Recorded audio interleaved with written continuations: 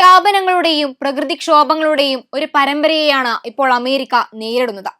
രാജ്യത്തിനകത്ത് മാത്രമല്ല, അമേരിക്കയുടെ പരിസര പ്രദേശത്ത് വരുന്നവർക്ക് പോലും ഇപ്പോൾ രക്ഷയില്ലാത്ത സ്ഥിതിയാണ്. ഏറ്റവും പുതിയതായി അമേരിക്കയിൽ കാല് കുത്തിയപാടെ ബ്രിട്ടന്റെ ആഡംബര ക്രൂയിസ് കപ്പലിൽ നോറോ വൈറസ് പൊട്ടിപ്പുറപ്പെട്ടുവെന്ന വാർത്തയാണ് ഇപ്പോൾ പുറത്തു വരുന്നത്.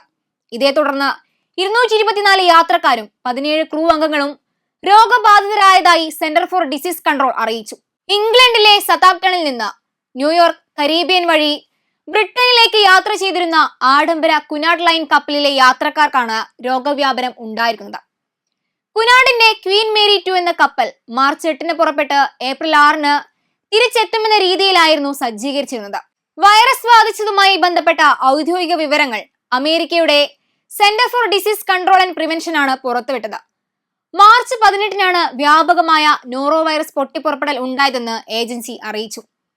പകർച്ചവ്യാധിയെ തുടർന്ന് കപ്പലും ജീവനക്കാരും ശുചീകരണ അണുനാശിനി നടപടിക്രമങ്ങൾ വർദ്ധിപ്പിക്കുകയും പരിശോധനയ്ക്കായി സാമ്പിളുകൾ ശേഖരിക്കുകയും രോഗികളായ യാത്രക്കാരെയും ജീവനക്കാരെയും ക്വാറന്റൈനിലാക്കിയതായും ഏജൻസി അറിയിച്ചു. നോർവാക് വൈറസ് എന്നറിയപ്പെട്ടിരുന്ന നോറോ വൈറസ് കാലിസിവരിഡെ വൈറസ് കുടുംബത്തിൽപ്പെടുന്നതാണ്. അണുബാധയേറ്റ് 3 മുതൽ 5 ദിവസത്തിനുള്ളിലാണ് ഇതിന്റെ രോഗലക്ഷണങ്ങൾ ആരംഭിക്കുന്നത്. ഒരു വ്യക്തിക്ക് രോഗലക്ഷണങ്ങൾ തുടങ്ങുന്നത് മുതൽ മാറിയ ശേഷം 2 ദിവസം വരെ മറ്റുള്ളവർക്ക് രോഗം പകരും. സാധാരണയായി ലക്ഷണങ്ങൾ ഒരാഴ്ചയോളം നിലനിൽക്കുകയും സ്വയം നിയന്ത്രിതമാവുകയും ചെയ്യും.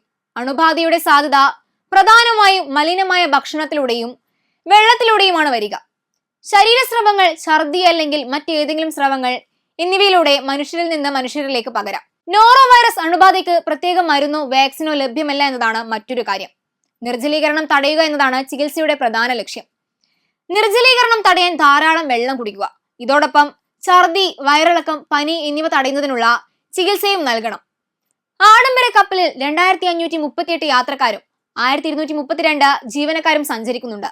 യാത്രക്കാരായ 224 പേർക്കും ജീവനക്കാരായ 17 പേർക്കുമാണ് നിലവിൽ രോഗം ബാധിച്ചത്. നിലവിൽ നോർത്ത് വെസ്റ്റ് അറ്റ്ലാന്റിക് സമുദ്രത്തിലൂടെയാണ് ക്വീൻ മേരി 2 സഞ്ചരിക്കുന്നത്. വൈറസ് പടർന്നു പിടിച്ചതിന്റെ പശ്ചാത്തലത്തിൽ സതാംപ്ടണിലേക്ക് തിരിച്ചു. സതാംപ്ടണിൽ നിന്ന് കരീബിയനിലേക്ക് 29 ദിവസത്തെ റൗണ്ട് ട്രിപ്പിനായി മാർച്ച് 8-നായിരുന്നു കപ്പൽ യാത്ര ആരംഭിച്ചത്. ഏപ്രിൽ 6-ന് അവസാനിക്കുന്ന വിധമായിരുന്നു ആസൂത്രണം ചെയ്തിരുന്നതെങ്കിലും ആദ്യ സ്റ്റോപ്പായ ന്യൂയോർക്കിൽ എത്തിയപ്പോൾ വൈറസ് വ്യാപനം സ്ഥിരീകരിക്കുകയായിരുന്നു. നിലവിലെ ഈ രോഗവ്യാപനം സാമ്പത്തിക ആഘാതം സൃഷ്ടിക്കുമെന്നാണ് വിലയിരുത്തൽ. കപ്പലിന്റെ ഓപ്പറേറ്റേഴ്സ് രോഗബാധിതരായ യാത്രക്കാർക്ക് പണം തിരികെ നൽകാനും നഷ്ടപരിഹാരം നൽകാനും നിർബന്ധിതരായി. ഇത് ഗണ്യമായ സാമ്പത്തിക നഷ്ടത്തിന് കാരണമാകും. കൂടാതെ ഈ സംഭവം കപ്പലിന്റെ ഭാവിക്കും കോട്ടം വരുത്തും. അമേരിക്കയിൽ ഭക്ഷ്യജന്യ രോഗങ്ങൾ പതിവാണെന്ന് വേണമെങ്കിൽ പറയാം. അതിൽ പ്രധാനിയാണ് നോറോ വൈറസ്. നോറോ വൈറസ് വളരെ സാധാരണമാണ് എന്നതാണ് ഏറ്റവും ആശങ്കാജനകമായ കാര്യം, പ്രത്യേകിച്ച് കപ്പലുകളിൽ. വാസ്തവത്തിൽ CDC റിപ്പോർട്ട് ചെയ്തതുപോലെ 2025-ൽ മാത്രം ക്രൂയിസ് കപ്പലുകളിൽ 12 ഗ്യാസ്ട്രോ ഇൻഡസ്റ്റൈനൽ പൊട്ടിപ്പുറപ്പെടലുകൾ ഉണ്ടായിട്ടുണ്ട്. ഈ പൊട്ടിപ്പുറപ്പെടലുകൾ ഗുരുതരമായ പ്രത്യാഘാതങ്ങൾ തന്നെ ഉണ്ടാക്കും.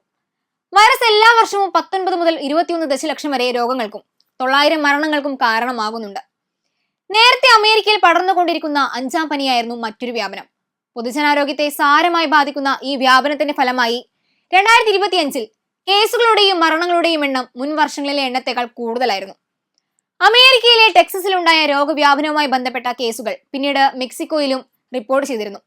വായുവിലൂടെ പകരുന്ന വൈറൽ രോഗമാണ് ഇത്. 2025 ജനുവരി 1 മുതൽ മാർച്ച് 20 വരെ 17 സംസ്ഥാനങ്ങളിൽ ആകെ 378 5-ാം പനി കേസുകൾ റിപ്പോർട്ട് ചെയ്തിട്ടുണ്ട്. ഇതിൽ 2 മരണങ്ങളും ഉൾപ്പെടുന്നു. വ്യാപിക്കുന്ന കേസുകളിൽ ഭൂരിഭാഗവും വാക്സിനേഷൻ എടുക്കാത്തവരിലാണ്. കൃത്യമായ ആരോഗ്യ പരിരക്ഷ പോലും രാജ്യത്തെ ജനങ്ങൾക്ക് കിട്ടുന്നില്ല. അല്ലെങ്കിൽ തുടരെ വരുന്ന ഇത്തരം സങ്കീർണതകളെ ഇല്ലാതാക്കാനുള്ള കഴിവ് അമേരിക്കൻ ഭരണകൂടത്തിന് ഇല്ല എന്നതാണ് ശ്രദ്ധിക്കേണ്ട മറ്റൊരു കാര്യം. 2025 ജനുവരി അവസാനം മുതൽ മാർച്ച് 14 വരെ ടെക്സസിലെ സൗത്ത് പ്ലെയിൻസിലും പാൻഹാൻഡിൽ മേഖലകളിലുമായി 259 കേസുകൾ Texas department of state health services report ചെയ്തു. ഇതിൽ 34 രോഗികളെ ആശുപത്രിയിൽ പ്രവേശിപ്പിച്ചു.